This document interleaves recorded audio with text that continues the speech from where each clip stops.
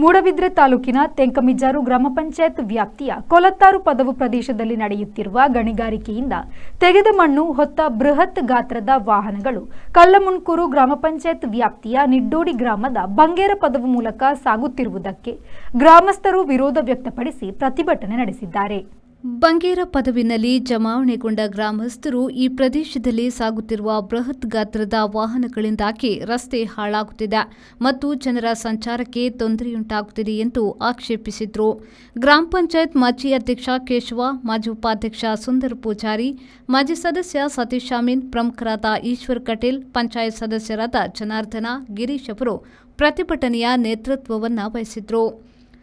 ನಂತರ ಸ್ಥಳಕ್ಕೆ ಭೇಟಿ ನೀಡಿದ ಪಂಚಾಯತ್ ಅಧ್ಯಕ್ಷೆ ಪ್ರೇಮಾ ಶೆಟ್ಟಿ, ಅಭಿವೃದ್ಧಿ ಅಧಿಕಾರಿ ಪ್ರಶಾಂತ್ ಶೆಟ್ಟಿ ಅವರಿಗೆ ಮನವಿ ಸಲ್ಲಿಸಿ ಘನ ವಾಹನಗಳ ಸಂಚಾರಕ್ಕೆ ತಡೆ ನೀಡಿ ಕ್ರಮ ಕೈಗೊಳ್ಳುವಂತೆ ಒತ್ತಾಯಿಸಿದರು. ಪ್ರೇಮಶ್ರೀ, ವಿ4 news, Moodbidri. Ideal Ice Cream, Milky Way to your heart.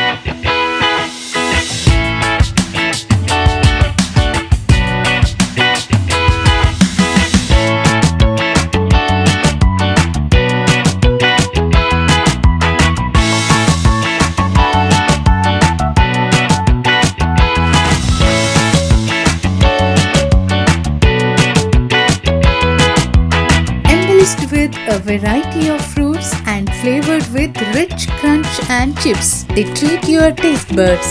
Ideal ice cream.